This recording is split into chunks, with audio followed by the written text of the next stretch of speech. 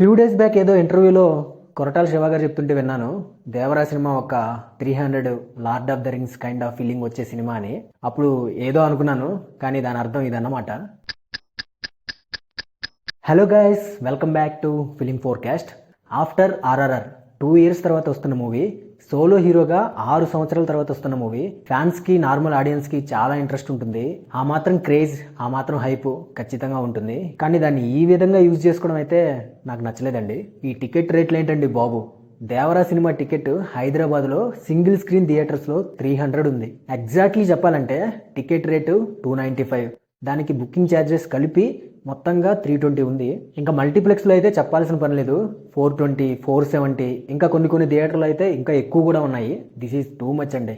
Last time వచ్చిన కల్కి సినిమాకి కూడా ఇంతలా లేవు. అంటే ఇక్కడ మళ్ళీ తప్పుగా అనుకోకండి, ఏదో ప్రభాస్ గారు అలాగే జూనియర్ ఎన్టీఆర్ గారి కంటే పెద్ద హీరోనా లేకపోతే చిన్న హీరోనా అది ఇది అని కంపేర్ చేస్తున్నాడని మాత్రం అసలు అనుకోకండి. కల్కి సినిమాకి కూడా టికెట్ రేట్స్ గట్టిగానే పెంచారు, కానీ అట్లీస్ట్ సింగిల్ స్క్రీన్ థియేటర్స్లో 150, 170కి టికెట్స్ దొరికాయి. కానీ ఈ సినిమాకి మాత్రం టూ మచ్గా ఉన్నాయి. ఈ విధంగా టికెట్ రేట్స్ పెడితే maybe first day, second day, first week collections అవుతాయేమో ఏంటి, అవుతాయి, ఖచ్చితంగా అవుతాయి.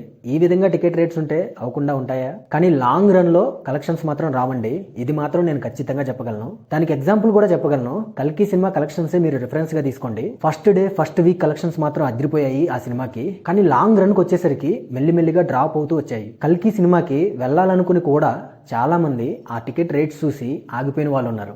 అంతెందుకు, మా రూమ్లో మా ఫ్రెండ్సే ఉన్నారు. నన్ను అడిగితే కల్కి సినిమాకి ఈజీగా 1000 నుంచి 1500 కోట్లు నెట్ కలెక్షన్సే రావాలి, కానీ రాలేదు.